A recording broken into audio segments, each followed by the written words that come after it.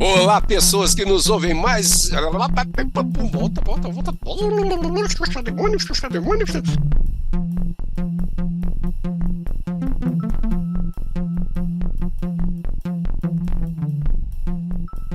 Olá, pessoas que nos ouvem. Não sei se é de dia, se é de tarde, se é de noite, mas estamos aqui para mais uma edição do Fricção Científica. E hoje eu tenho aqui ao meu lado meus dois companheirinhos de sempre, Joá, da Opa! hoje, e Drius. Eba! E hoje nós vamos falar da segunda temporada de A Fundação, que eu não sei se vocês entenderam o trocadilho de tiozão, mas agora não tá tão afundada quanto a gente achava que tava. Pelo menos na minha opinião. A minha opinião, como diz o Gaveta. E vamos lá, gente, como é que vocês estão? Tudo bem? Tudo jóia? Quanto tempo a gente não se vê? Vocês estão bem? Tudo certinho aqui. Bom Tirando demais. a saudade, né, Cláudio? Só tudo Oh, sob controle, gente, a né, filho? saudade é uma coisa linda. Saudade, palavra triste, quando se perde o grande amor. Bom, não é o caso, ninguém aqui perdeu um grande amor, aliás, pelo contrário, eu estou em busca de um grande amor. Se as nossas ouvintes queridas que estão nos ouvindo quiserem um idoso nerd e seminovo, com pequenos problemas de saúde, mas nada muito sério, que um martelinho de ouro não resolve, estou aqui às ordens, podemos combinar alguma coisa interessante. Bom, gente, é bom estar aqui com vocês e a gente veio falar de Fundação, né? Essa série, essa segunda temporada, de uma série inspirada, mais pirada que inspirada, nos livros do Isaac Asimov e de uma série maravilhosa que inspirou muitos filmes, muitas séries, muitos livros, né? A série que deu origem, como a gente falou no outro podcast, né, que a gente analisou episódio a episódio a primeira temporada, uma série, e também a gente tem um vídeo sobre a série Fundação lá na época do Dr. Canalha, né, das Masterclass do Dr. Canalha, uma série que inspirou ideias como o Império Galáctico e outras concepções, mas acho que a mais fascinante das ideias, que é justamente da psicohistória, muitas vezes fica relegada ao segundo plano, às vezes é mencionada de alguma forma em alguns filmes e alguns programas, mas pela primeira vez está sendo desenvolvida, pelo menos que eu me lembre, alguma ideia semelhante a ela, desenvolvida numa série, e a gente tem aí Fundação na segunda temporada. Parece que a Apple gostou da ideia e os fãs, apesar de divididos no início, estão começando a se manifestar positivamente em torno da série. Então estamos aqui para conversar sobre a segunda temporada. Eu não posso deixar de, além de cumprimentar meus colegas, perguntar, fazer a clássica pergunta: o que que vocês acharam da série? Quem gostaria de começar a conversar? Então vamos lá. Eu achei que ficou parecendo que a galera mexendo na lata de lixo do Asimov, sabe? Foram atrás de ideias que ele não usou no livro para preencher os buracos. Eles estão contando história que o Asimov não contou, pô. É verdade. Mas eu achei que melhorou, achei que melhorou. E, assim, pelas histórias que o Asimov não contou, eu achei legal. Teve uns momentos que eu até me empolguei, assim, com a série. Sim, sim, sim, sim, sim, é verdade. E você, Drius? Eu tenho esse ranço, né, cara? Eu já falei, né, quando a gente estava discutindo a primeira temporada. Eu gosto muito da Fundação, eu gosto muito da ideia, eu gosto muito dos livros, os que eu li, né, que foram só os três primeiros. E não ver nada daquilo, ou quase nada daquilo na série, me deixou profundamente decepcionado. Então eu sou um cara rancoroso, né, bicho? Eu guardo mágoa, né? Adoro. Então eu tenho essa mágoa lá desde o princípio, cara, né? E persistiu. Porém, eu vou concordar com o que o Joá falou, com o que você comentou aí, né? Que melhorou assustadoramente. Ou seja, eu não estive à beira de morrer de tédio em nenhum episódio, nem de raiva, né? Eu achei que tem relações interessantes, a história contada ficou legal. Eu acho que tem uns momentos assim que eu vou comentar depois. Eu acho que tem um furo imperdoável assim, mas a gente comenta ele especificamente mais para frente, porque já vai perto do final, né, Cláudio? É Não, não, é o verdade. Não Devas. vamos dar uma de Augusto. Não, é o Devas que gosta de contar o final no primeiro comentário. Eu Ele me fode seguro. todas as lives que ele pega e conta o final. Aí vai, porra, que nós vamos comentar o quê, É, cacete? Ele passa por É. cima de tudo. O Augusto sempre então, quebra a assim, pauta.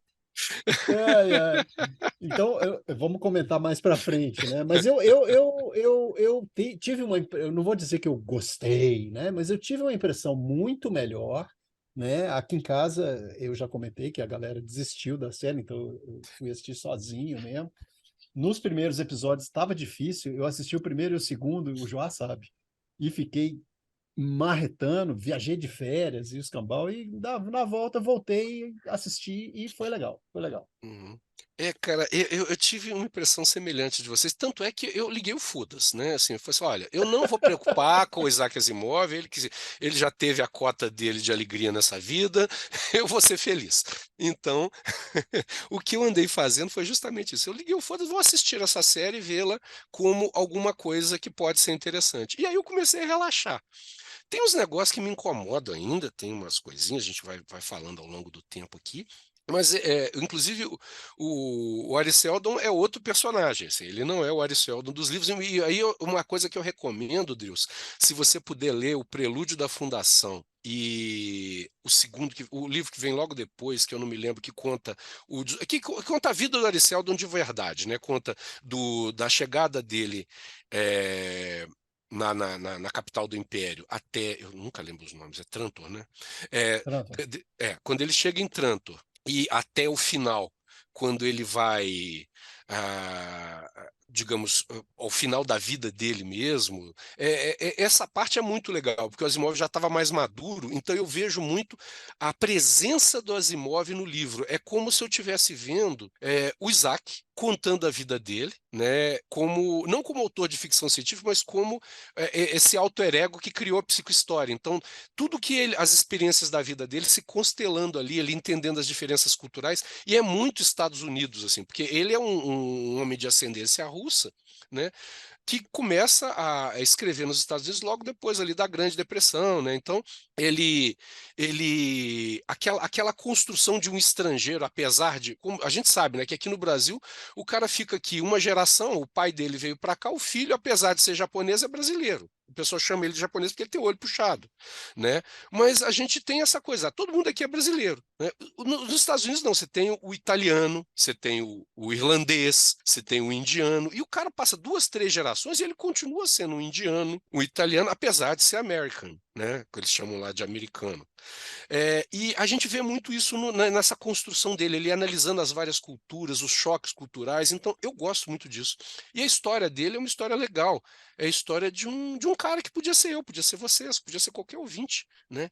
Então, eu acho isso bacana. Bom, dito isso, eu desisti disso, como o Joá falou lá, e comecei a pegar o que eles acharam na lata de lixo do Asimov e as ideias desenvolvidas. Então, é claro, o Asimov escreve numa época em que a discussão sobre genética, sobre a possibilidade de clonagem, não era levada, pelo menos nas obras dele, para frente. Então alguém pega e fala assim: olha, mas tem isso, a gente não pode pensar no futuro, já que isso existe hoje, em 2023, né? Eu quase falei 2021, ainda estou parado na bolha da pandemia, né? Mas isso existe em 2023, pô, daqui a 20 mil anos tem que existir de alguma forma, né? Então, pelo menos as pessoas, sei lá, elas podem esquecer e voltar para o zero, mas, né, a inteligência artificial hoje é muito diferente do robô positrônico lá do Eu, Robô, né? E de todas as obras, né, dos robôs do Asimov. Mas aquilo é muito legal. Então, como que eu vou conciliar isso? Então, quando eu comecei a pensar nisso, eu falei assim: pô, vou lá, vou me divertir, né? E eu confesso que eu me diverti. Eu fiquei órfão quando acabou essa temporada. Falei, putz, eu queria ver o que vai acontecer depois, apesar dos troços que me incomodaram, né? Mas eu senti muito isso. E a lata de lixo do Asimov deve ter coisas muito legais, né? Porque o que a gente tem fora da lata de lixo é muito bacana. Apesar de muita gente acusar o Asimov. Né? Eu lembro do Antônio Luiz M.C. Costa, que escrevia para a Carta. Estou falando para caramba, né? Que escrevia para a Carta Capital, um cara que eu respeito muito, autor de fantasia e ficção e articulista político. Ele falava que o Asimov era um porra de um direitista. Como é que ele chamava? Cartesiano, né, que achava que, né, e ele não gostava, ele tinha uma opinião muito ruim sobre o Asimov. Eu cheguei a trocar mensagens com ele na época que eu ainda tinha o contato dele, na época que a gente usava e-mail, e ele criticava muito o Asimov, mas eu acho que dentro de. Eu não sou. Quem sou eu para analisar, eu não conheço a vida do Asimov a fundo para poder analisar o viés político das obras dele, a não ser pelo que ele escreveu. Mas, independentemente disso, a ideia da psicohistória, a ideia de que os seres humanos se comportam coletivamente de um jeito diferente do que se comportam individualmente, isso é óbvio, né? A gente tem materiais sobre isso. O uso que se faz disso, depois de Cambridge Analytica e dessas coisas, não deixa distante o que a gente vê quando se fala de se axiomatizar isso, né, das fantasias do Asimov. E o próprio Asimov, eu já mencionei isso num outro vídeo nosso, no áudio, não sei lá, em algum lugar.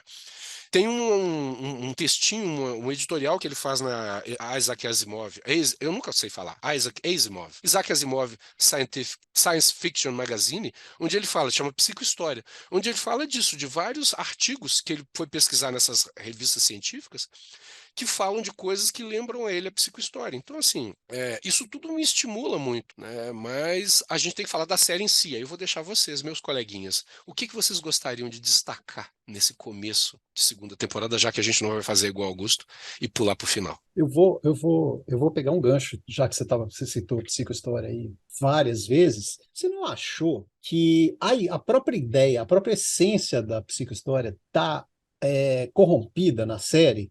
Porque eu entendo, né? Veja bem, o Harry Seldon ele aparece nos livros e reaparece em momentos futuros como um holograma, né? Aham. E ele, quando ele reaparece, cara, aquilo ali é uma coisa que foi pré-gravada, né? Ele deixou Aham. aquilo gravado em cima das previsões que a psicohistória estava mostrando para ele. Então tem um certo teor de determinismo mesmo. A psicohistória funciona Essa é a palavra que justamente o por Antônio isso, Luiz né? falava. Ele acusava, além dessas coisas que eu falei, de determinista. Isso, boa palavra. Continua, desculpa. Não, pois é, então eu acho que aí eu vou concordar com ele, cara. Eu vejo a psicohistória como bem calcada na noção de determinismo, entendeu? E a gente não está vendo isso na série, né? Hum, Eles já começam com aquele negócio de linha temporal alternativa, a correção do não sei o quê. O Harry Seldon já não é uma gravação, ele é uma inteligência artificial que ficou viva numa memória de computador qualquer, né? E hum. vai desenvolver tudo em cima disso. Isso é uma coisa que me incomodou, cara, porque eu ficava meio fascinado com esse negócio, quando eu li os livros, né? Com esse negócio do determinismo, cara. Fala assim, bicho, tudo que os caras fazem, cara, por mais que eles tentem não fazer o óbvio, né? Não, com o conhecimento que eles têm, eles tentam ir para outro lado e volta. E o Harry Seldon aparece de novo e fala assim: aí, tá assim, tá assado, tá não sei o quê. E a essência, entenda a essência, não Uhum. detalhes, né? Sim, Por sim, mais que sim. os detalhes mudem, a essência da previsão persiste, entendeu? E eu não estou vendo isso na série. Cara, eu acho isso que você falou muito legal, porque eu me lembro aquele debate dos historiadores, né, que é um debate fantástico, que são as pessoas que fazem a história, então é Napoleão que faz a história, é Hitler que faz a história, é Getúlio Vargas, eu posso citar nomes, né, sei lá, Pedro II, Pedro I, ou é a ambiência que faz a história e essas pessoas aparecem ali como, digamos, primeiro, a gente elege pessoas para representar, né, esses movimentos ou como agentes que fazem desenrolar, né, o resultado de forças que estão ali alinhadas, né, e de alguma forma foi o contexto que fez surgir um Einstein. O Einstein poderia não ser o Einstein, poderia ser, sei lá, ou então podia ser o irmão do Einstein, o Robert Einstein, ao invés de Albert Einstein, que se tornou, sei lá, né? Tem filme, inclusive, que brinca com isso. O Centenário é muito isso, né? O Robert Einstein, irmão do Einstein, era medíocre do ponto de vista intelectual, né? Então, tem essa discussão que eu acho muito interessante. E aí, dentro disso que você falou, Drius, tem uma outra questão que está nessa mesma linha que me incomoda, é que essa série ela é sobre pessoas. E a fundação, não a fundação, né? A história, o Há, livro, há artigo, né? a artigo fundação, uma história sobre a psicohistória e sobre a humanidade. Então, os personagens, Gale Dornick, essas pessoas, são pessoas que acontecem ali, mas que, para você ter uma ponte entre o leitor e o fenômeno, né? Então, a grande encrenca da história é quando aparece um mulo que é justamente uma perturba, eu não estou dando spoiler aqui, porque nessa temporada as pessoas já mencionam o mulo, que ele é um elemento que foge a esse determinismo, né? Que é um determinismo em parte, né? O Ariceldo, ele trabalha, ele não usa a expressão linhas de tempo, mas ele trabalha com as possibilidades. Então, tem um caminho mais... Que, na realidade, quando a gente pensa em linha de tempo, a gente está muito Doutor Estranho, muito Marvel, né? E muito Loki. Quando a gente pensa em linha de tempo, a gente pensa as linhas de tempo como realidades, né? Realidades paralelas. Na realidade, linha de tempo é tudo que poderia ter acontecido se hoje eu tivesse desmarcado essa live, por exemplo, com essa live, essa gravação de podcast, com vocês, eu ter desistido de fazer isso hoje, né? Porque os caras da Vivo prometeram pela quarta vez consecutiva que viriam aqui em casa mexendo na internet, né? E a gente não gravaria isso hoje. Ainda tem a chance deles chegarem. Eles falaram que até meio-dia, então tem meia hora para De eles folga, né? virem, de folga, ainda para eles aparecerem aqui. Mas se eu tivesse desistido, seria uma linha de tempo. Né? Agora, a gente leva nessas coisas de cultura pop, tudo ao mesmo tempo, em todo lugar, de todo jeito e do mesmo modo. Eu nunca lembro o nome do filme. A gente tende a pensar nessas coisas acontecendo paralelamente, mas na verdade não, são escolhas. E é uma escolha estatística, é uma probabilidade. Do mesmo jeito que as pessoas, eu estava conversando mais cedo, por até eu atrasei para entrar, com um amigo que ele trabalha com sonhos, ele é psicólogo, e ele estava falando de sonho e sincronicidade, adivinhar resultado de jogos, essas coisas, e eu falava, cara, tem um monte de explicações estatísticas, eu sonho sobre coisas todos os dias, né? E estatisticamente tem uma chance muito grande de um dia eu sonhar com alguma coisa que tem uma correspondência com o mundo real. O que não quer dizer que meu sonho previu necessariamente aquele fato, mas que estatisticamente, e aí a gente tem toda uma questão biológica de evolução, né? O ser humano ele evoluiu para que, às vezes, quando sonha, ele sonhe, antecipe coisas e isso traga soluções. Quando esses sonhos, que são centenas, né, por mês, né, milhares por ano, né, você acerta, isso às vezes corrige um rumo de um caminho, né? Essa seleção ela é extremamente interessante ao longo da espécie humana, que a gente está falando com grandes números. Do mesmo jeito que eu posso sonhar que o avião caiu e hoje não embarcar no avião e o avião cair mesmo. Aviões caem, não caem com tanta frequência quanto as pessoas sonham que aviões caem. Então, esse dado estatístico, quando a gente pensa na fundação, é muito legal, porque ele encontrou uma forma de axiomatizar. Se eu tenho um volume gigantesco, milhões de pessoas, e eu consigo ver aí, a partir do que ele chama de grande radiante, né, como que essas variações evoluem numa equação, então eu consigo tentar trabalhar para manter essas possibilidades dentro de um rumo ou mudar, influenciar uma possibilidade, uma probabilidade maior para caminhar para um lado e despotencializar outra possibilidade. Isso é extremamente interessante. E na série fica em cima de pessoas, né? É a ideia. Aí eu vou Vai voltar ao no Antônio. contrário do livro, né? É o contrário do livro. Eu volto na crítica do Asimov, só terminando essa frase, Joá, e aí eu acho que é importante você falar, o que eu acho que eu estou intuindo o que você vai dizer, que é o que o Antônio Luiz falava, que é uma coisa muito americana, né? O herói individual, é a gay o que pega e faz, é o Arre que pega e faz. E não é isso, né? O Asimov não falava disso. Desculpa, João, pode voltar lá. Não, não, eu ia falar isso, porque no livro, a explicação da psicohistória é exatamente isso.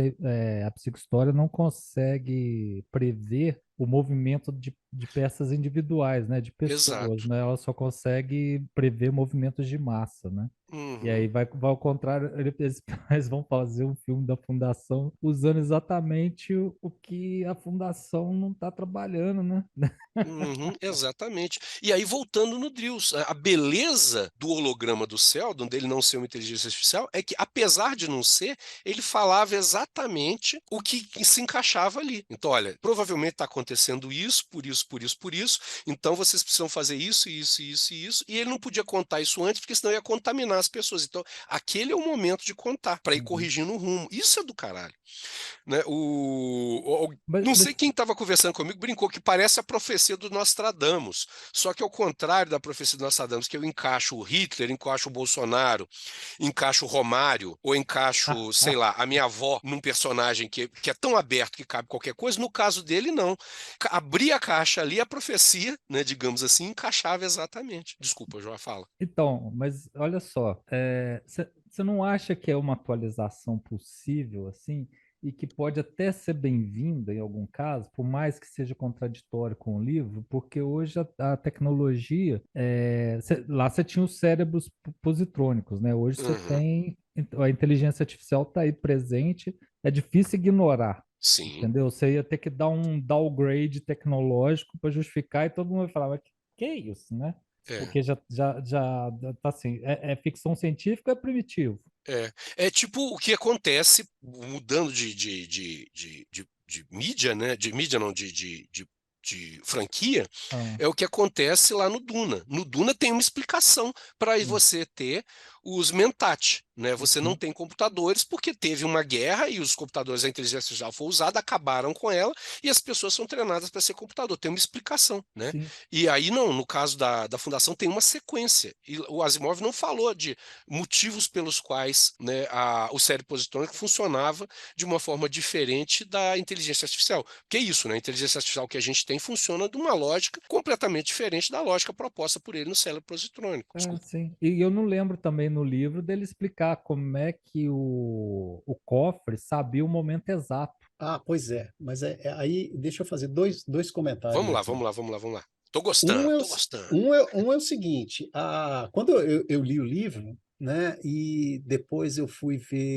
estudar teoria do caos e sistemas complexos e essas coisas, eu voltei na fundação, porque na minha cabeça a psicohistória era o estudo de um sistema complexo, talvez o mais Uhum, complexo, que é a história, né? sim. Uhum. E eles tinham um dispositivo qualquer com capacidade de cálculo suficiente para fazer evoluir e determinar as possibilidades daquele sistema com o tempo, né? Uhum. Uhum. Isso é que me fascinou muito. O Asimov, eu estou enganado ou ele era matemático? Ele era Ele era químico, é matemático, engenheiro ele era químico. químico. É engenheiro químico. Pois é, porque essencialmente ali o que me fascinava muito na psicohistória é que a psicohistória era matemática, cara, era estatística, É. né? É. O, Estatística o é grande como. radiante lembra muito a máquina aqueles primeiros computadores, como o do jogo de imitação, sabe? Desculpa, Uhum. pode Sim, continuar. não, é aquela questão dessas máquinas que faziam, computadores que eram empregados para fazer previsão do tempo, Sim. num nível extremamente mais complexo. Isso eu achava muito fascinante, né? E o Harry Seldon, vendo aquela evolução, né, que o algoritmo, né, que ele criou para fazer esse cálculo, mostrava para ele marca os pontos onde como é que é o nome, cara? O holograma dele vai Holograma. aparecer Uhum. e interagir com as pessoas, Sim. entendeu? Né? E é uma interação de um lado só, né? Ele chega e fala, tá acontecendo, e a galera vai a partir dali pensar e seguir ou não, né? Tem sempre o Uhum. risco de não seguir a orientação dele, mas Uhum. decidir como seguir o que ele está orientando ali. Isso é muito fascinante, cara. Então, no Uhum. momento que eu acho que você está correto, como está calcado em pessoas, a coisa fica complicada, porque a psicohistória, né, nunca determinou, não, nunca previu o que vai acontecer com aquela pessoa. É o que vai acontecer com a humanidade. Então, tudo que acontece com aquelas pessoas está interrelacionado, levando àquela evolução no futuro, Uhum. certo? Uhum. Então, isso eu estou sentindo um pouco de falta, entendeu? Toda hora que eles pegam e mostram a divergência nas linhas do tempo, né? O que que a fundação, o algoritmo da psicohistória previu e para onde que a história está indo, né? Tem visto em Uhum. várias cenas dessa temporada, né? Uhum. Uma linha azul Uhum. acinzentada e uma linha vermelha. Ah, porque nós vamos fazer correções. Isso não é a ideia essencial da psicohistória, Exato. né? Uhum. O fascinante mesmo é o determinismo, cara. A partir de matemática, eles conseguem saber o que vai acontecer e a coisa é mais ou menos inexorável, né? Não, não, Uhum. não, não tem como fugir, entendeu? Os detalhes fogem, mas a essência permanece a mesma. Isso é o que eu sinto mais falta mesmo na série. E tem um negócio aí, Deus, que justamente no livro aparece alguém que foge, que é o mulo, né? O mulo é Exatamente. justamente o cara que não foi previsto. E aí é o desespero, que vem a crise do Seldon e a crise está diferente. Eu estou tentando lembrar que eu li o livro há muitos anos, então assim, eu não me recordo com detalhes. Esse livro em específico, onde tem o mulo. Os outros eu li mais recentemente, até por causa dos podcasts que a gente gravou.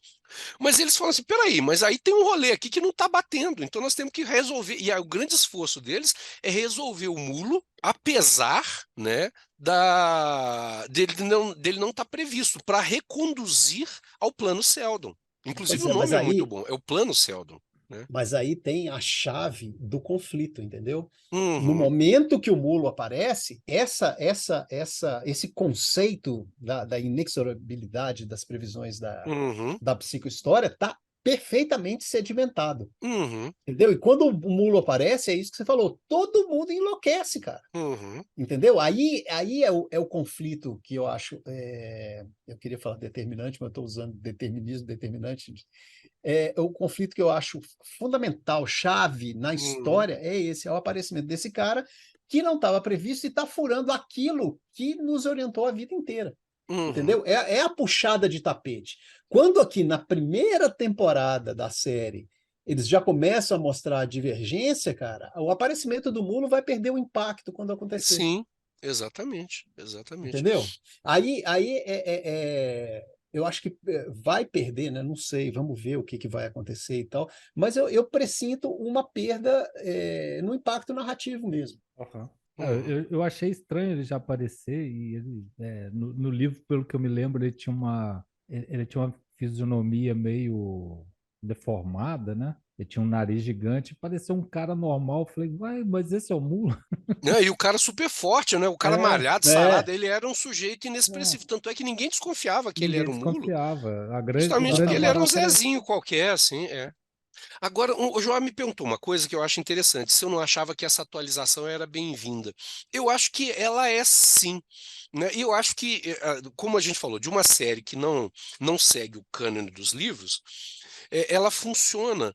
É aquela história, né? A gente, como fã, como leitor, a gente sempre faria diferente. Eu acho que tinha a possibilidade de se utilizar, por exemplo, todo o ciclo do Império, do Império, não o Império Galáctico, mas do Império Pessoa, né, que como ele se chama nessa série, né, Empire, né, da forma como foi usada, eu acho que as pessoas podiam estar ali, até esse deslocamento das pessoas pela criogenia ao longo dos séculos, o próprio Seldon poderia ser usado, mas talvez trabalhar os conceitos de uma outra forma, é, sabe, seria interessante. Agora, o que mais dificulta o rolê é a necessidade de a gente manter o Ice Seldon como uma pessoa física, porque ele começa como uma inteligência artificial e acaba virando um ser biológico, né? Eles criam uma encarnação para ele, um clone para ele, e aí isso começa a complicar, porque o Seldon é bacana, o Seldon lutando para manter a psicohistória,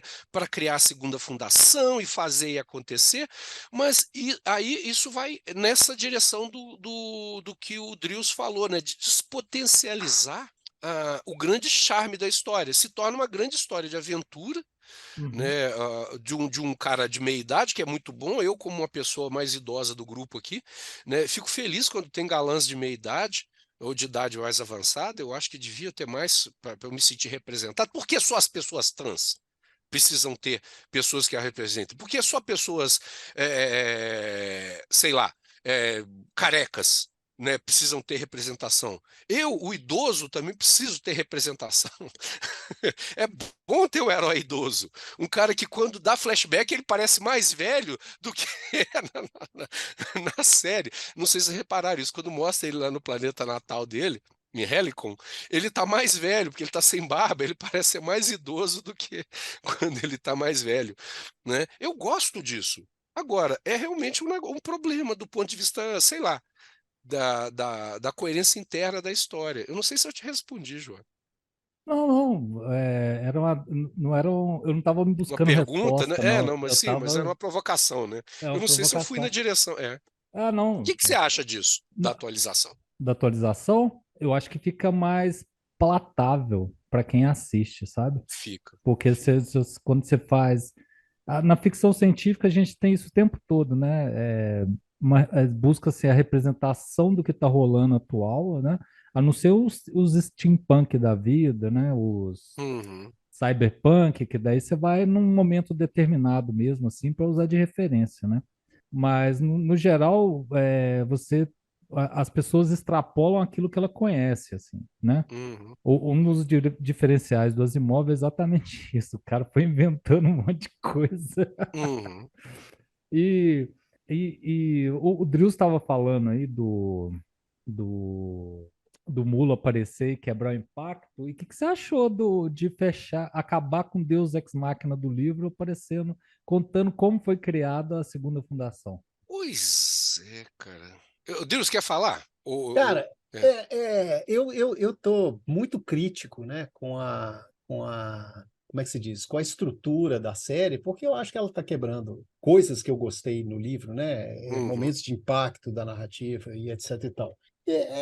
Eu penso assim, cara, é mais uma mudança, bicho. Se eu Uhum. gostei, não gostei. Eu preferi que tivesse na onda do livro, preferia mesmo. Uhum. Mas foi ruim? Veremos, cara.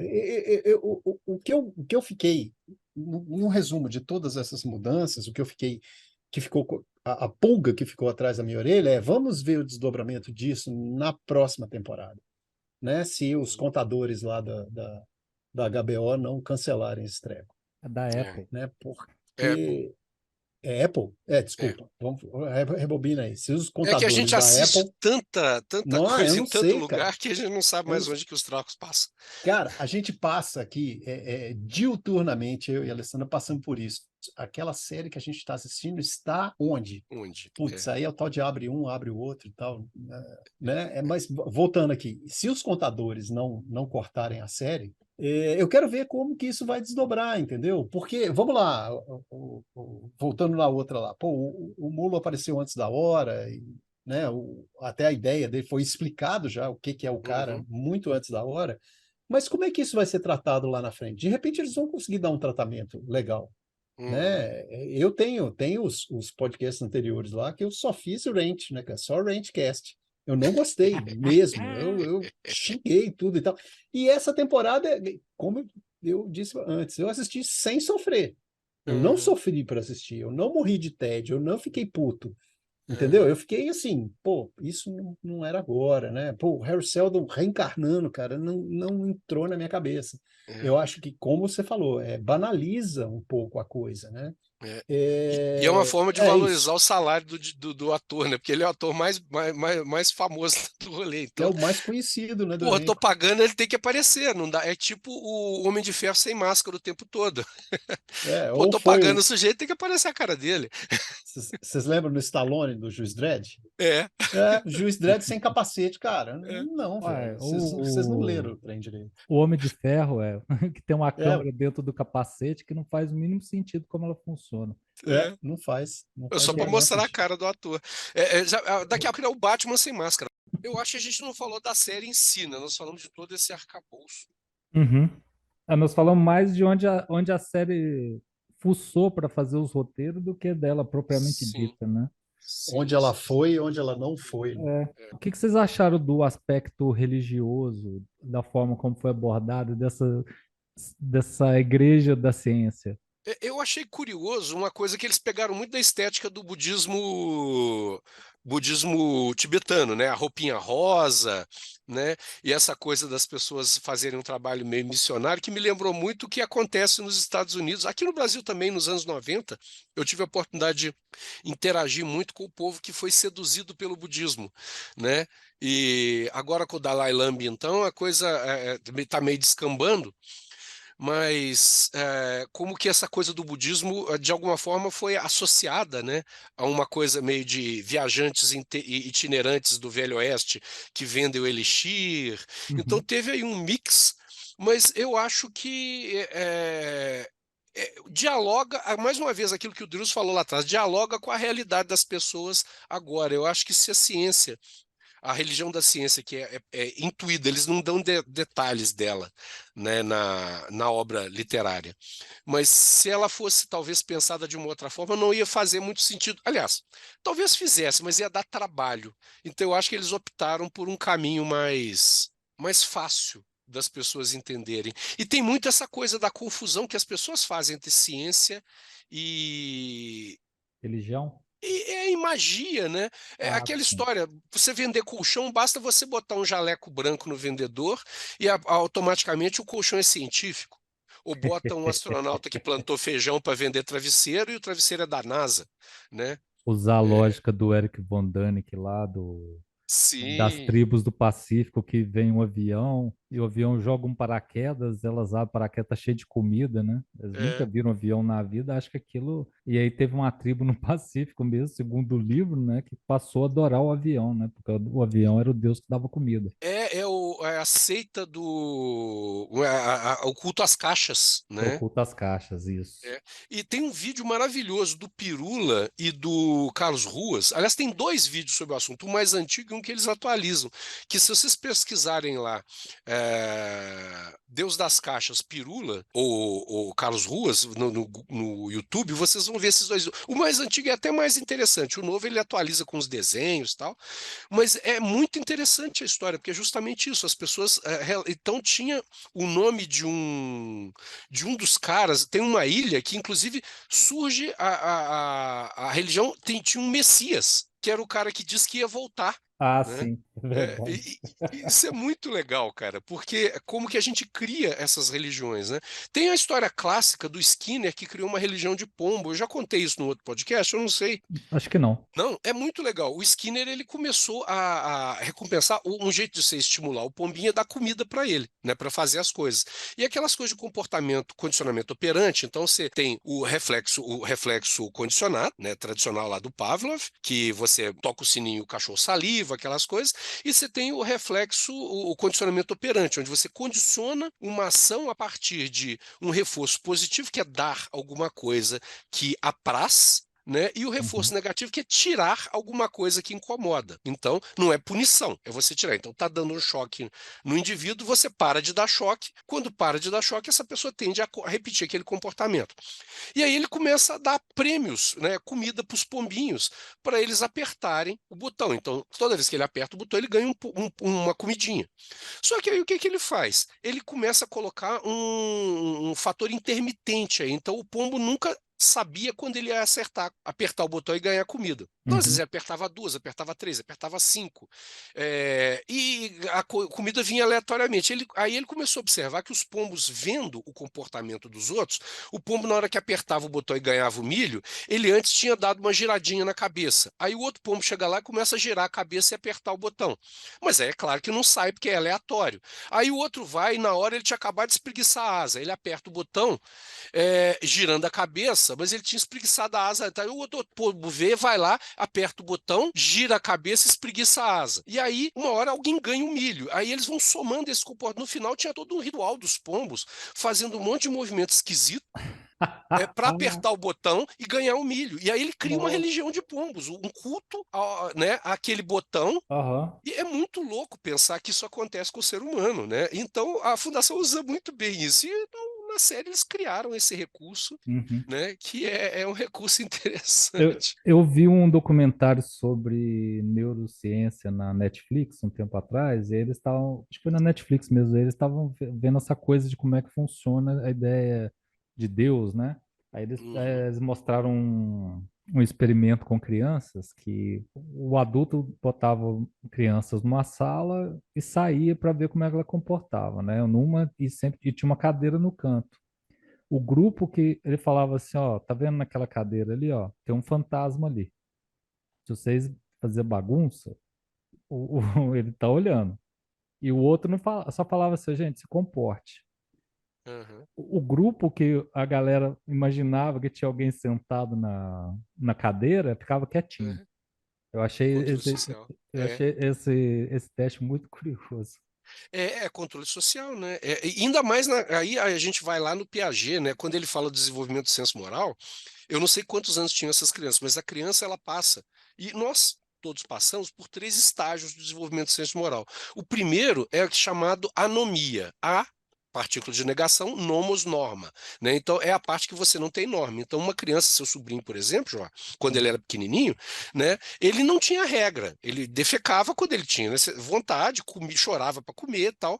A norma era você que impunha a regra, né? Então você não pode fazer isso, você não pode fazer aquilo, tal. Aí com o tempo a criança incorpora, né, essa regra, mas de uma forma muito lenta. Então, tem um segundo momento que é chamada a heteronomia. A heteronomia, né, a norma vem do outro. Então, se você está presente, ele cumpre a regra. Se Uhum. você sai, ele não cumpre. Então, por exemplo, você deixa uma torta de chocolate, ele é pequenininho lá, e fala, não mexe aqui, vai embora, ele vai lá, mexe, suja a cara toda, tá com a mão suja, você vai chegar, só tem ele na sala, você vai falar, quem mexeu aqui? Não sei. Você mexeu. Eu não. Tá com a cara imunda de chocolate, a mão suja e nega que mexeu. É a Uhum. heteronomia. E depois você migra para a autonomia. Né? Nesse caso é interessante, porque o que ele fez foi dizer assim: olha, tem um fantasma ali. Né? E aí, como a criança está nesse momento, ela vai de fato acreditar. Né, a fantasia, aí tem outros elementos, mas a autoridade está ali, a criança do outro grupo não, diga se comporte. Ele Uhum. não tem a regra internalizada ainda. O que acontece quando a gente ganha autonomia? Eu incorporo o seu olhar, Jó. Eu sou seu sobrinho, e aí eu falo: se eu mexer naquilo, aquilo não é meu. Eu vou decepcionar, vou perder o amor do Joá. Eu vou perder o afeto dele, ou o Joá pode me castigar, né? É o caso Uhum. do fantasma lá, né? Então, eu incorporo você. Então, o que é a nossa vida? Nós somos seres que temos esse fantasma interno. O que a religião faz? Ela transporta isso para um outro plano. Então, não é a minha mãe, a minha educação que me faz agir direito. Por isso que eu discordo de uma forma muito intensa das pessoas que acham que a pessoa tem que ser religiosa para agir corretamente. Não. Né? A pessoa religiosa que age por causa da religião, ela age por uma ética, né? Uma ética da convicção, né? Não é uma ética da responsabilidade. Então, na realidade, ela só delega para uma instância superior, ela só age direito, ela não estupra, ela não mata, ela não rouba, não é porque ela tem caráter ou porque ela acha que é errado estuprar, matar e fazer. Ela age desse jeito porque tem alguém que vai castigar ela se fizer. Isso é péssimo. Né? Medo, né? Medo, Uhum. é. Medo. E é o que a religião faz muitas vezes. Não sempre, né? Claro que tem pessoas que existem num outro plano, tem uma relação diferente com a religião, mas, grosso modo, muita gente age assim. E eu acho que a Fundação sabe explorar, a Fundação da história, né, do livro, sabe muito bem explorar isso. Olha, a gente precisa de uma ferramenta de controle social. Né? E essa Uhum. ferramenta de controle pode ser a religião, até as pessoas terem um entendimento ou terem outras ideias. Uhum. A hora que apareceu, a hora que começou a aparecer, né, os sacerdotes, entre aspas, lá, Uhum, eu fiquei um pouco chateado, porque, como você disse, né, no livro não é explícito, né? Ele não uhum, explicita a coisa. Mas em instantes, cara, eu vi, primeiro, né, que eles tinham convicção mesmo da crença deles, mas apesar disso, apelavam para todo tipo de picaretice aham, para convencer os outros, entendeu? Quer dizer, eles têm aquele sentimento religioso de fato, você vê isso nos diálogos, né? Quando eles aham. falam do Seldon e tal, mas eles têm um senso muito prático, cara. Assim, nós vamos fazer uns números de mágica lá para convencer as pessoas, Sim. né? A pessoa não eles não conseguem convencer as pessoas na base da ideologia religiosa pura, né? Da Aham. religiosidade pura. Precisa ter sei lá, É o Um tour de ilusionismo. passe-passe. isso. Um tour de passe-passe. Precisa ter uma picaretagem, cara, para o cara acreditar que aquilo ali é uma coisa sobrenatural, entendeu? E se dedicar àquilo, cara. Isso eu achei super legal, cara. Ô, Deus, Não isso é foi, bonito, cara, porque é a uma gente das. vê que na religião acontece isso, né? Tem muita gente que não acredita naquilo que está fazendo, Uhum. né? Acredita numa divindade, mas aquilo que está fazendo é feito para poder tornar a coisa palpável. Isso. Eu estou lembrando aqui, no tempo que eu era psicólogo, eu atendia gente, tive a oportunidade de atender vários padres, né? E eu já cheguei a ouvir da boca de alguns padres, né? Eu sou um ateu que crê. Né? Eu faço essas coisas, aqueles rituais, aquelas coisas todas, porque as pessoas precisam daquilo. Eu Aham. sei que aquilo não serve para nada, eu sei que na realidade Deus não existe, mas eu gosto de acreditar que Deus existe. Cara, eu ouvi isso não de um, não, nem de dois, não. Eu ouvi de vários padres, né? Tem gente que era explícito nisso. Talvez eu esteja botando palavras na boca dele, mas o Frei Cláudio Bambelen, que não foi meu cliente, né? E era psicólogo da Igreja do Carmo, eu ouvi várias vezes dele rindo dessa forma como as pessoas creem. Mas ele performava a missa, ele abençoava a hóstia, né? E eu já vi ele depois de uma cerimônia religiosa na Sexta-feira da Paixão, que não é missa, porque na Sexta-feira da Paixão, que é o dia que os católicos não comem carne, falando assim: bom, agora eu vou sair daqui e vou para uma churrascaria comer um rodízio, né? Então ele acabou de performar toda aquela coisa da Sexta-feira Santa e tal, e ele criticava isso, a hipocrisia das pessoas que comem peixe, que é caríssimo, bacalhau, que é caríssimo, e não Aham. comem carne, que é baratinho, não come frango, não come porco, que é baratinho, né? E aí dizem que é por um sacrifício, por isso e aquilo. Pô, qual que é o sacrifício, cara? Bacalhau, sei lá, a R$ 80 o quilo, isso não é sacrifício para ninguém, não. Aliás, é sacrifício pagar o bacalhau. O sacrifício é gastar o dinheiro, né? Para mim, inclusive, é impensável. Eu não tenho É, coragem de mas, gastar com o salário mas, que eu ganho hoje, 80 conto num quilo mas, de mas, bacalhau. mas, mas pensa assim, nos tempos você tinha que comprar, para fazer o sacrifício, você tinha que comprar o pombo, o carneiro, para poder matar e Sim. queimar, né? Hoje você tem a vantagem que você vai lá comprar a carne, já está morta, né? Mas você pelo menos come, né? Come o negócio. Não, isso é bonito também, porque a ideia de sacrifício é eu sacrificar aquilo que eu não tenho. O Marco Heleno Barreto, que é um psicólogo junguiano muito massa que eu conheço, ele fala, né, que quando ele está analisando a história de João mais Maria, do Silvio Romero, não João e Maria, os meninos, para fugir da bruxa, e para domar 3 cachorros que vão ajudá-los a fugir da bruxa, eles têm que doar a única comida que eles têm. Então eles dão os pães, eram 3 pães, eles dão um pão para cada cachorro, para domar os cachorros, os instintos, vamos dizer assim, né? Na interpretação junguiana, eu discordo um pouco disso, mas aí tudo bem, né? Mas a ideia do sacrifício é essa: eu doar a única coisa que eu tenho. Eu dou R$ 80 se eu sou rico, isso não é sacrifício porcaria nenhuma, né? Uhum, Sacrifício é a doninha ali que tem um ovo e dá o ovo pro neto ou pro filho e fica com fome, ou fica comendo chuchu com arroz, uhum, né? Porque só tem aquele ovo. Isso é sacrifício, isso é beleza. E aí a ideia do sacrifício é justamente essa. Os gregos ensinaram a gente, né? O Prometeu, uma das encrencas dos rolês que ele arrumou com Zeus, foi justamente quando ele instituiu. Zeus mandou que ele instituísse o sacrifício à sua própria imagem para os homens. E aí Prometeu enrolou Zeus, né? Ele pegou, enrolou a parte, a carne boa no couro e deu para os homens, a parte boa do boi, e pegou a gordura e embalou os ossos, as entranhas, aqueles troços que não servia para nada, e deu aquela peça bonita, gorda, e aí ele queimou aquilo, e Zeus engoliu. Depois é que ele descobriu que ele tinha ensinado os homens, e os gregos faziam isso. Eles queimavam a parte menos nobre do boi para Zeus e comiam a parte boa do touro, né?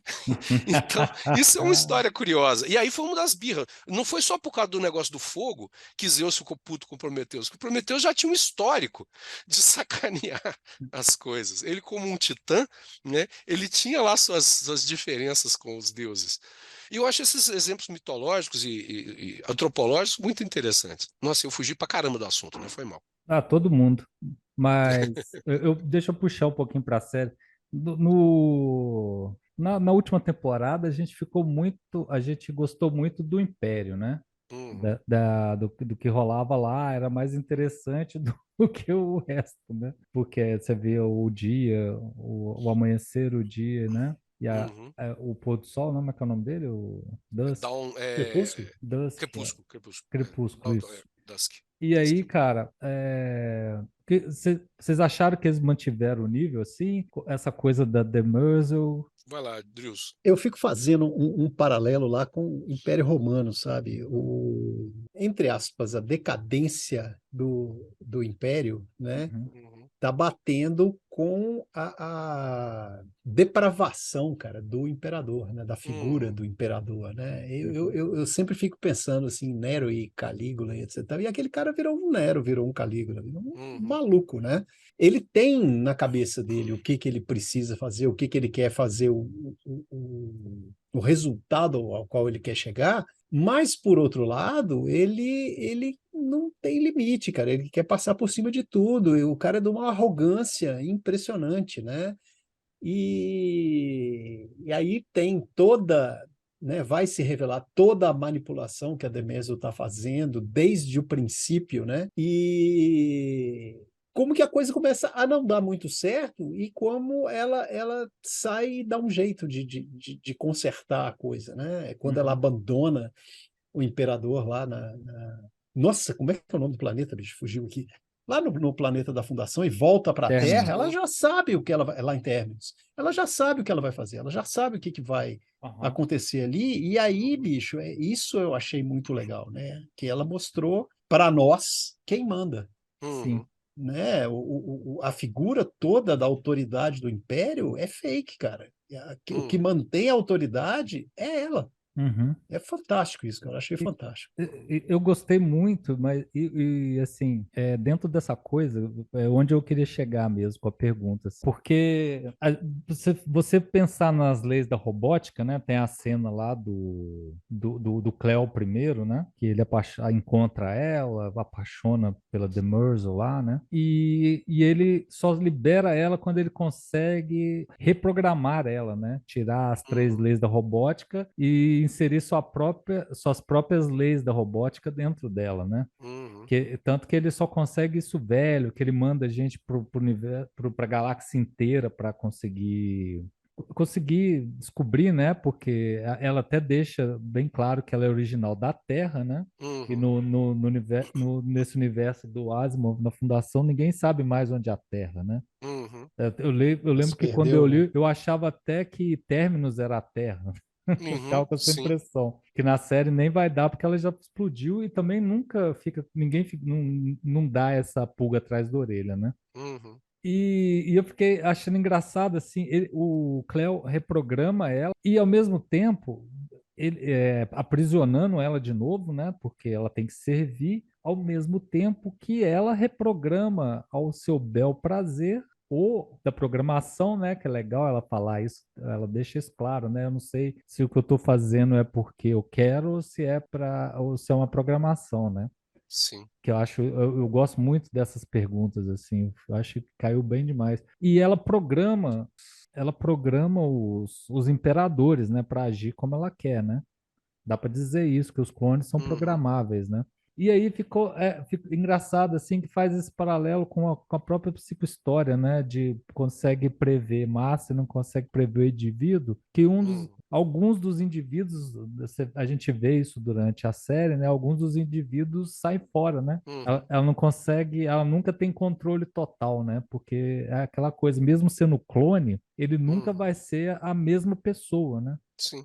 Cara, eu acho essa coisa da Demerzel muito interessante e ao mesmo tempo eu fico com medo. Que medo não, porque eu já desencanei, né? Mas eu não sei para onde ela vai levar. Porque, bom, voltando lá, a decadência do Império que o Deus falou é muito legal. Me lembra aquele historiador britânico, se eu não me engano é John Dalberg Acton, acho que é isso, que falava, a frase não é exatamente essa, mas depois eu posso procurar aqui, o poder corrompe, né? O poder absoluto corrompe absolutamente. Então, geralmente, os homens poderosos são homens maus, né? Porque o próprio poder corrompe. E a gente observa isso, como é que o Aurora geralmente é muito melhor e mais ingênuo, né, do que o dia. E o Dusk, o entardecer, apesar de muitas vezes amargo, ele carrega o peso daquelas decisões, das coisas que ele fez. E a gente tem que observar que nessa temporada já se passaram cento e tantos anos, então já teve vários dias e a manipulação genética está com problema já há muito tempo. Então, não só eles têm as mudanças que a gente já discutiu nas outras temporadas, nas outros vídeos sobre as outras temporadas, que são as mudanças que cada experiência, apesar de ser mantida mais ou menos parecida, dá a cada um. Então, tinha aquele que pintava, que era poeta, que fazia isso, mas a gente tem as próprias variações genéticas dentro desse padrão, que eles não são mais gêmeos idênticos, né? Então, eles têm que ficar treinando os movimentos para fazer igual, né? E essa diferença está manifesta ali, né? E ao mesmo tempo tem a história de cada um, né? Como que cada um carrega esse peso, essa marca, essa dor, né? De um momento para o outro. Bom, dito isso, tem a Demerzel, que na história clássica é uma evolução de um robô que está presente nas histórias do Asimov há muito tempo, que é o Daniel Holloway, eu não sei como é que pronuncia, Daniel, né?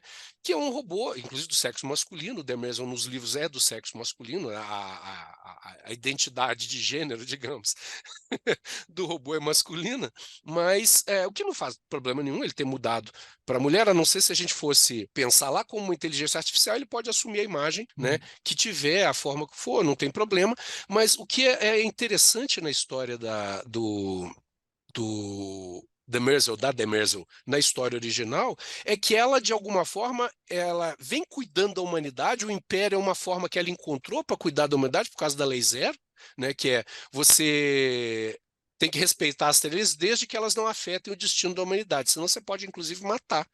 Né? Uhum. Então, essa história que está ali por trás, ela encontra uma confluência bonita com o R. Seldon, porque ela vê ali, ou ele vê no livro, que o R. Seldon, a proposta da fundação é o que ela precisava para o Império ser refeito, ser reconstruído em outros moldes, ou um outro tipo de governo surgir. Né? Então, eu não sei como é que isso vai acontecer, porque na história me parece que isso não está claro para Demésil. Né? É muito mais uma vez centrada na pessoa. Então é o sofrimento, que é bonito, é o sofrimento de um robô que foi programado, e aí tem uma dúvida existencial, e eu acho que se a gente pensa em inteligência artificial, né, num futuro, pode ser que isso aconteça. Eu tenho às vezes as minhas dúvidas, às vezes não. Eu acho que a inteligência artificial ela emula algumas coisas do humano por outros caminhos, né? Eu não sei se esses caminhos vão convergir. É o que em biologia, sei lá, se o Almir, meu amigo que vai trabalhar com a gente depois no podcast sobre The Expanse, talvez possa me corrigir, mas é evolução convergente, né? Então, morcego voa, pterodáctilo voava e passarinho voa, só que eles voam de formas diferentes, né? São evoluções convergentes, não são descendentes do mesmo Uhum. ancestral voador, né? Então, pode ser que a gente pense que a inteligência artificial vai evoluir de uma forma análoga à nossa, mas por métodos diferentes. Aquela discussão que eu falei lá atrás da possibilidade, no outro podcast, do amor entre máquinas e humanos. Será que uma máquina pode se apaixonar por um ser humano se eu programá-la para ela emular o comportamento de cuidado? E aí, por ela emular pelas 3 leis da robótica, vamos pensar no Asimov, ela tem que me manter feliz. Então, uma máquina que foi programada para me manter feliz, ao perceber que eu gosto dela, porque ela tem estética feminina, vamos pensar assim, supondo que eu seja um homem hétero cis, né? Gineco, sei lá, atraído, sei lá como é que a gente descreveria isso, né? Então, eu vejo essa figura que parece uma mulher, eu gosto dela, sinto atração por ela. Ela tem uma programação para me deixar feliz e para cuidar de mim e me proteger do sofrimento. Uhum. Então, ela começa a emular comportamentos de afeto em relação a mim e eu acabo me casando ou me apaixonando por ela, ela vai fluindo comigo e está ali comigo, né? Então, será que isso é amor? Uhum. Né? O que diferencia isso do amor de uma garota, de uma mulher, de um homem, sei lá, que se apaixona por outra pessoa? Né? A gente não sabe. Né? Uhum. E aí eu acho que essa série ela caminha nessa direção da individualidade, mas ao mesmo tempo a gente perde essa coisa do robô que zela pela humanidade, né? Ou se isso foi só um desvio nesse comportamento e ela viu a fundação como uma possibilidade de zelar pela história da humanidade, porque existe essa motivação, né? O Danil, Demerzel, ou o Demerzel, nos livros, ele tem essa coisa assim, eu quero cuidar da humanidade. E aí eu concordo demais com o Rodrigo, que a gente está vendo ali a decadência, cada vez mais o império se afundando, não pelo império em si só, pela grandeza dele, o tamanho dele, que não consegue se manter, mas também pela incapacidade das pessoas gerirem. Uhum. Né? E a gente pode ver, inclusive, a queda do capitalismo. Eu sou sempre a pessoa de esquerda. Toca, bota no fundo na hora da edição, né? A internacional. Mas é a queda do capitalismo. Nós temos que caminhar para uma pós-capitalismo. A O, ditadura do proletariado. Mas dessa coisa que o Drews trouxe da decadência do império, é muito mais pela decadência dos imperadores, né? Você vê isso ali, é legal que ele tenta resolver isso se clonando, né? Ter o poder eterno. Esse era o grande problema dos imperadores É, romanos, né? eles se acharem, né? É, Que garante que você, seu merdinha, é que é a solução. E o outro tenta fazer o caminho inverso, né? Eu vou acabar com a clonagem, tem que criar variedade. Então, e quem garante, assim, uma pessoa genial pode ter um filho estúpido. Uma pessoa genial pode ter um filho inteligente pra caramba e um caráter podre. E um filho estúpido de um caráter excepcional. sensacional. E aí ele escolhe a história do Império do Brasil. Nós temos um império de 2 gerações, né? Uhum. O Império aqui, ele era comandado pelas elites, então quem comandou a independência foi uma elite, né? O imperador age naquela história do fico e depois da independência para preservar a sua família, preservar a volta de Dom João VI para Portugal foi preservar a família dela, a ida de Dom Pedro para combater lá, para defender a filha dele contra o irmão Dom Miguel, foi para defender o patrimônio, mas as elites portuguesas agiam lá para preservar Portugal, as elites brasileiras agiam para preservar. O imperador era um fantoche nesse rolê. E a gente tem o Dom Pedro II, a mesma coisa, né? Todo o atrito dele com o Barão de Mauá, lá, o Visconde de Mauá, lá na modernização do Brasil, não aconteceu porque ele favorece e desfavorece. Porque tem forças agindo por trás, a coisa toda, a gente pinta Princesa Isabel, Dom Pedro II como os bonzinhos. Na realidade, eles eram peões na mão do povo e eles não tinham, eles tinham lá os interesses, eram racistas pra caralho. Então tem toda uma história que se constrói em torno do Império e a gente vê se ele tivesse mantido o poder, na linha de sucessão você tinha um sujeito com sérios problemas mentais, um cara que estava numa crise psicótica. Uhum. Imagina quem que seria o terceiro imperador do Brasil. Desculpa as pessoas que sofrem de sofrimento mental, mas vocês sabem que tem colegas, tem pessoas que sofrem que não têm condição de cuidar de si, quanto mais cuidar do país. E era um cara que estava nessas condições, né? Uhum. Então, isso é muito revelador do que é a política, né? E hoje a gente tem presidentes, né? A gente tem um presidente norte-americano fantoche, né? A gente tem... É complicado isso, assim, que aí você tem a opção entre o maluco de extrema-direita, eu estou pensando no Império, né?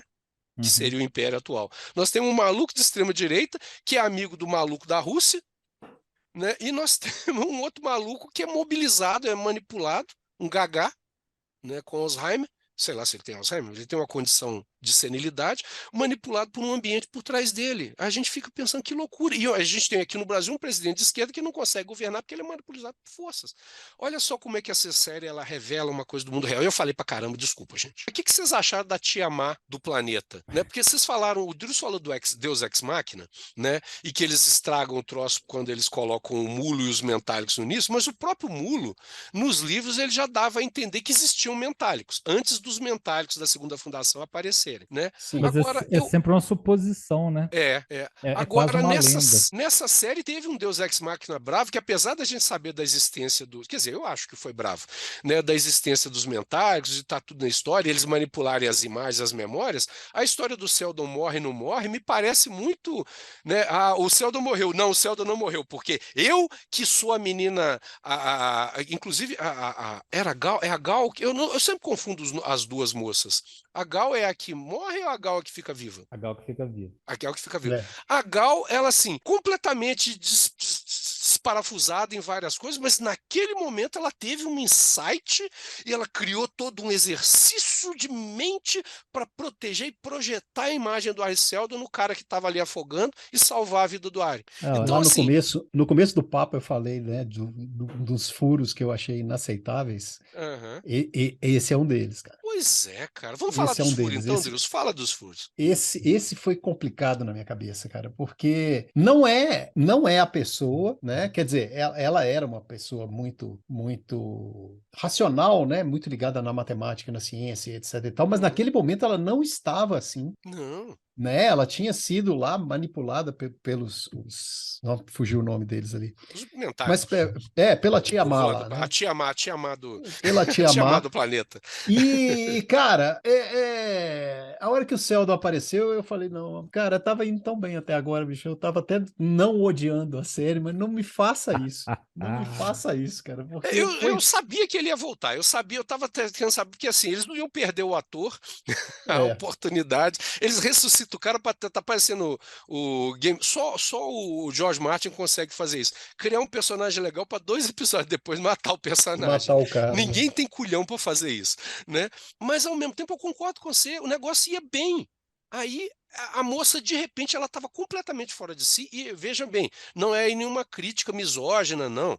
Homens e mulheres têm direito. O Seldon no início estava me incomodando. Aquela pirada que ele deu no início, eu estou louco, não estou dando conta, me incomodava também, né? Os personagens eles oscilam muito, né?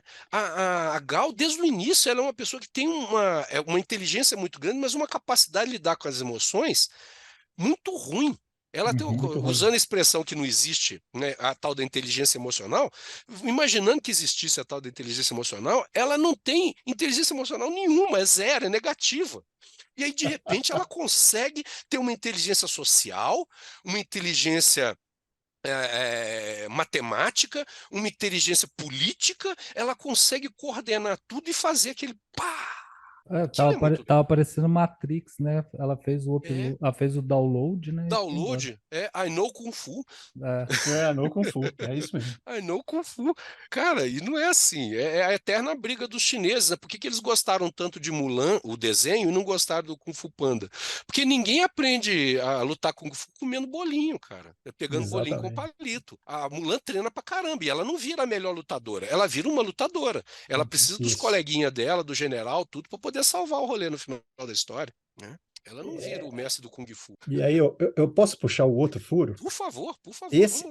Esse para mim, tá, o Deus Ex Machina aí, eu até, né, engulo, mas, velho, a luta do general com o Império, tá, lá na nave em órbita É de outro, Terminus, Ah, outro. tudo pegando fogo, tudo explodindo e os caras lutando, certo? Certo. uhum, Ok, até aí tudo bem. Durante a série toda, o pessoal usa aquele equipamento de camuflagem, uhum. né? Eles se camuflam de outra pessoa para poder circular, né? O dia lá, o dia não, Ah, ai, como é que é o nome do menino? o É Dom? o O Dom? Don, O é. Dom. Aurora. Ele com a pretendente lá do Império, né? Eles se camuflam e para poderem se encontrar e tal, não sei o quê.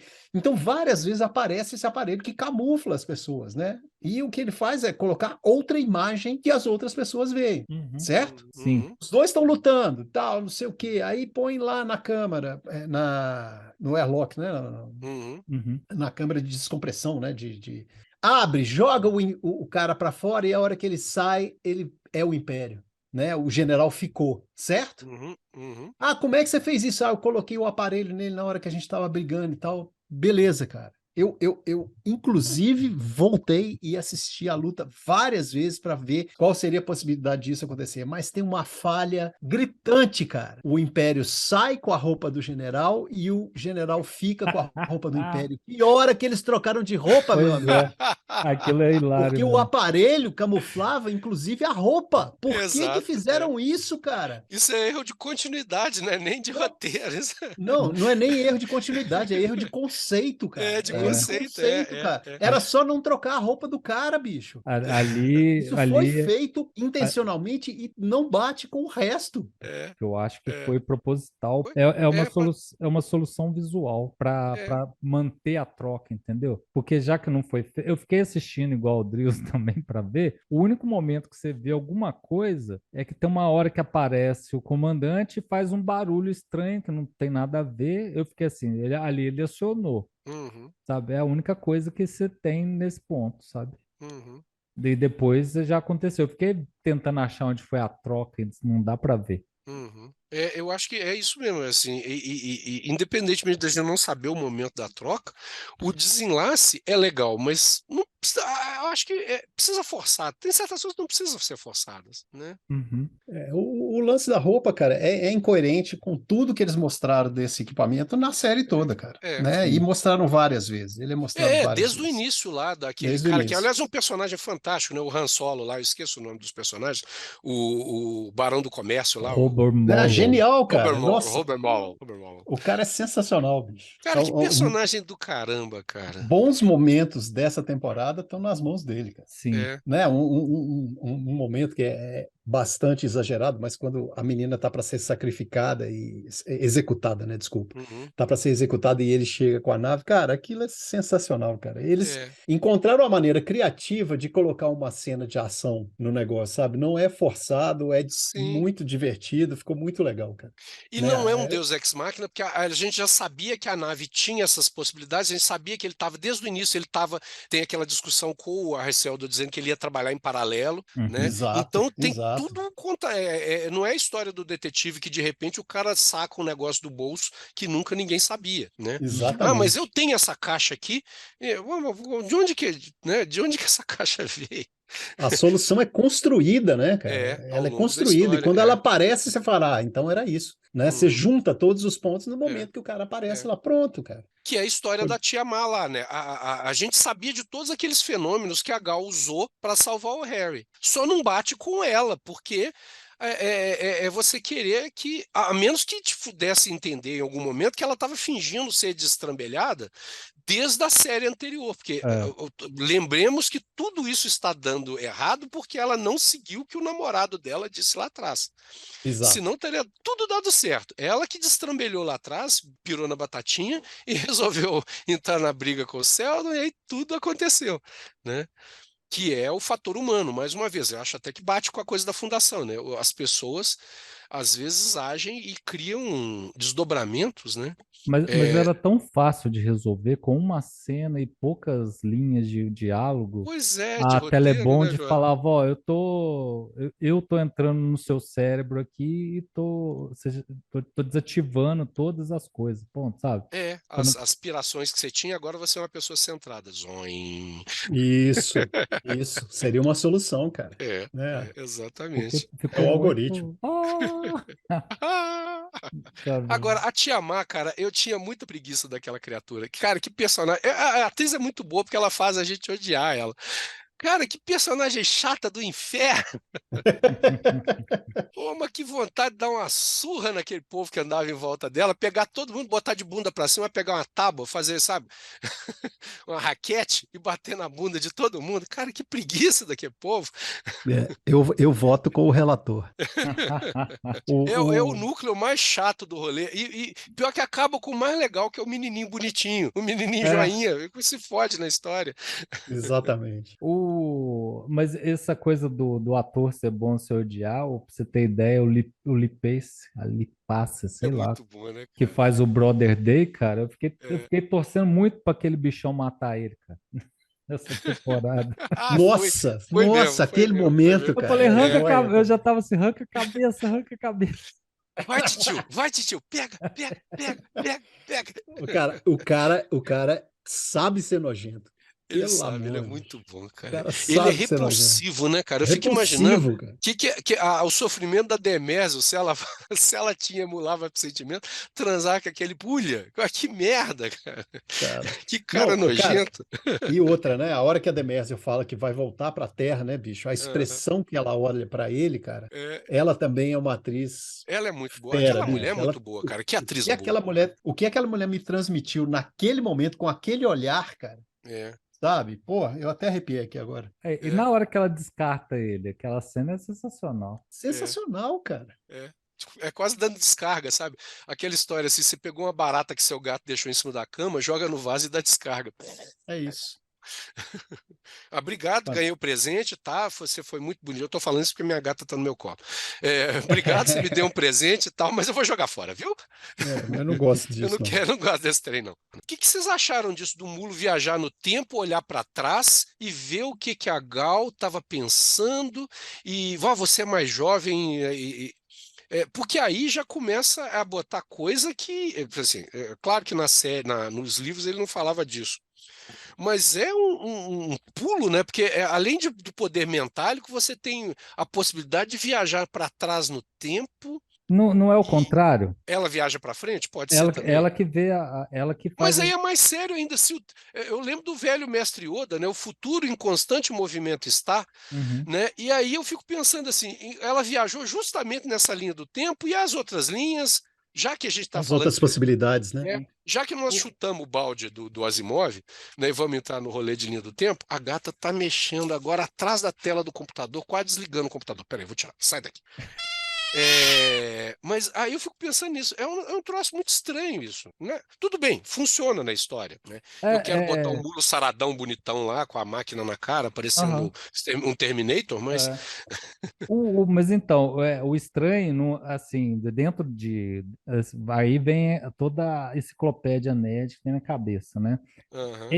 Ela se projetar, né? Ela fazer essa profecia, né? É uma Uhum. profecia Sim, sim, dela, sim, né? sim, sim, sim, sim. Ela para fazer a profecia, ela se projeta no futuro. Se ele falasse, eu senti a presença de alguém que me ameaça, é uma coisa. Agora ele dá um nome, fica É. esquisito pra caramba.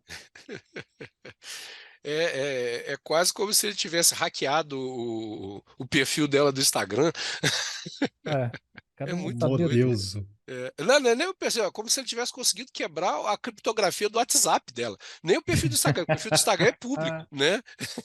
Ele, aham. ele craqueou o- a criptografia do WhatsApp dela e sabe todas as conversas. Ah, eu sei que você está namorando escondido da tua mãe uma outra garota, sabe? É nesse nível de. Eu fiquei incomodado com aquilo, mas tudo bem, a gente releva, conforme eu falei. Eu me diverti bastante, né?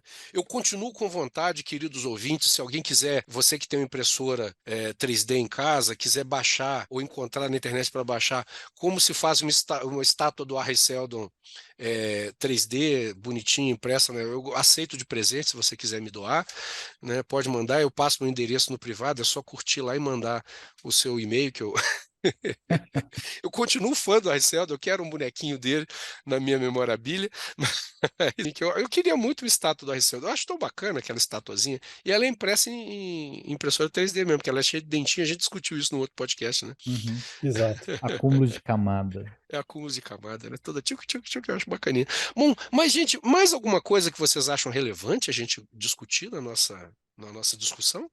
Eu acho que minhas anotações eu matei todas. Eu queria matar a Gal. Aliás, eu achei tão ruim ela ter ficado viva. Eu gosto tanto mais da outra moça. A outra moça é tão legal, cara. Pô, que sacanagem.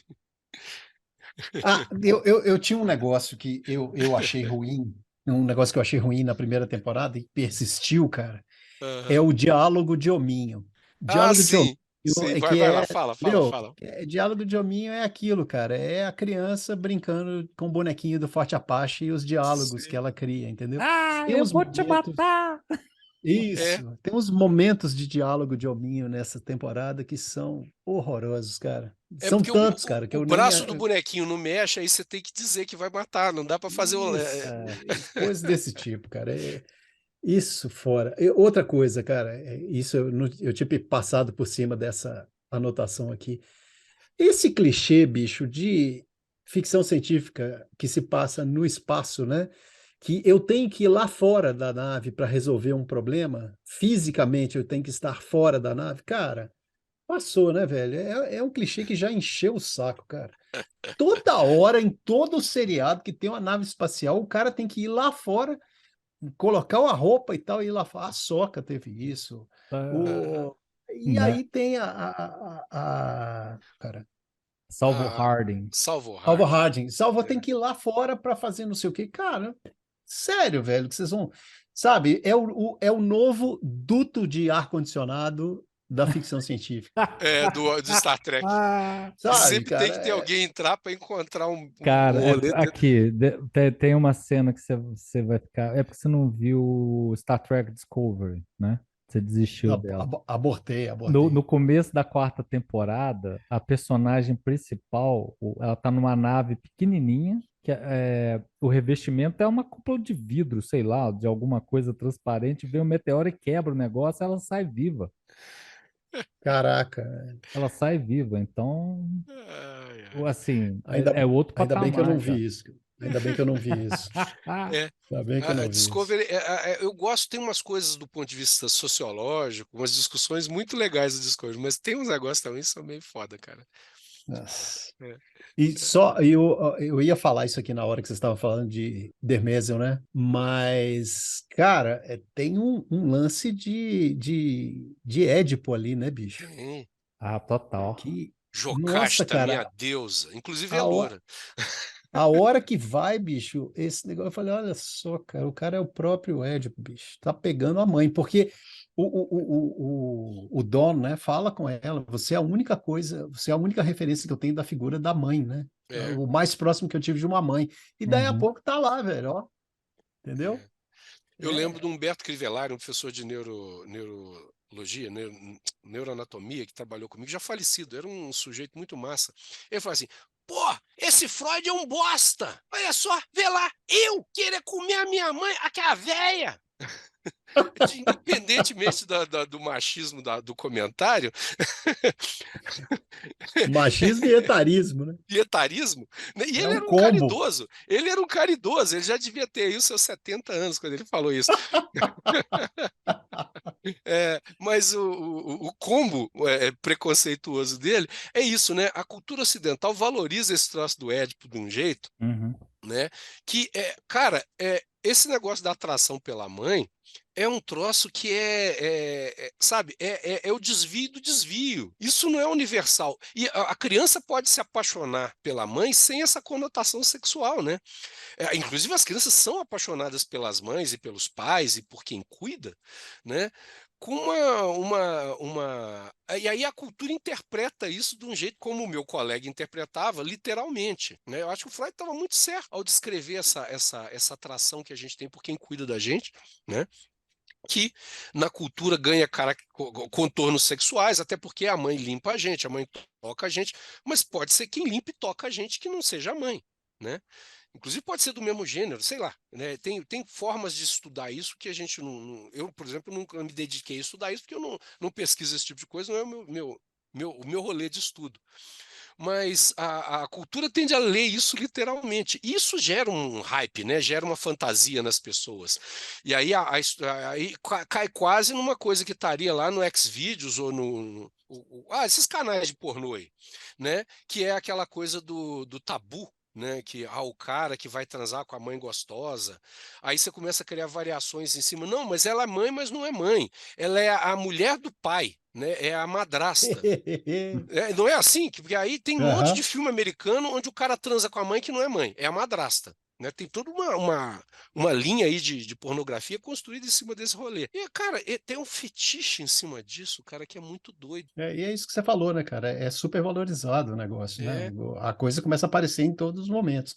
é. Visto a série, né, cara? Ali E o que aí é você isso, tem você é quer isso, cara. estressar, é a É. depravação. O que é mais depravação do que você aniquilar um país inteiro? Não, mas para o cara se depravar de verdade, ele tem que comer a mãe. Ah, mas ele não tem mãe. Exatamente. Não, mas a mãe roubou, mas é a mãe. É. Né? Então, Mas assim, é a mãe.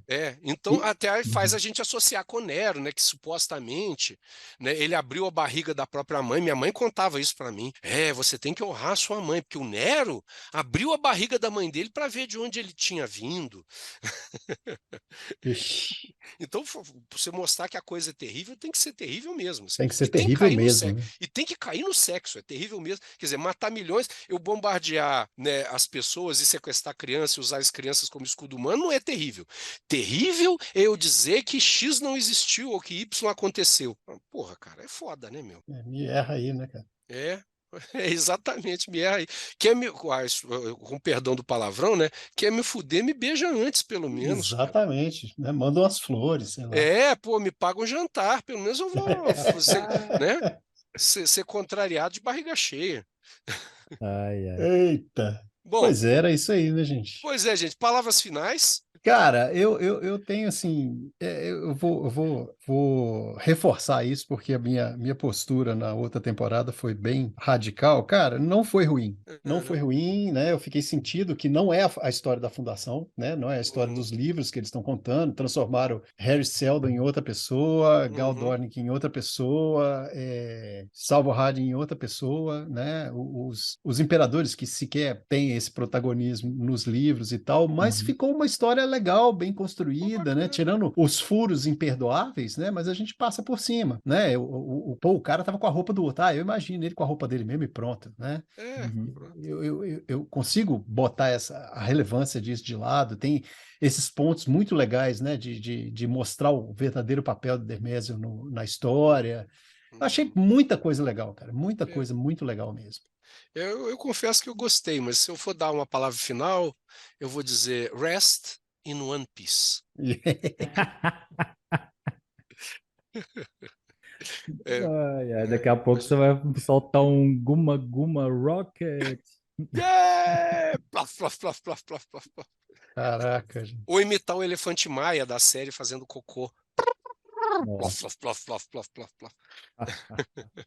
O- Mas, Tá gente, bom, né? obrigado. Um beijo para todo Valeu mundo que ouviu a demais. gente. Valeu, meninos.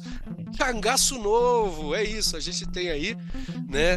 Num dos nossos podcasts, vocês não sabem qual ainda, se vai ser no Crise, se vai ser no Lambisgoia, mas vai ter cangaço novo. Aguardem. Nós Mas não estamos vamos. preparando um negócio fantástico que você não pode perder. Beijo Não grande. perda! Não perda. Eu só vou perder o trocadilho, igual a gente fez com a fundação com o cangaço novo. Nem vou falar. Ai, ai. Eu não entendi. Manda no chat depois. Ou deixa isso gravado, ficou legal. Beijo, gente. Tchau, tchau. Adorei Abraço. falar Isso aí, com galera. vocês. Tchau. Em pé. Tchau, tchau.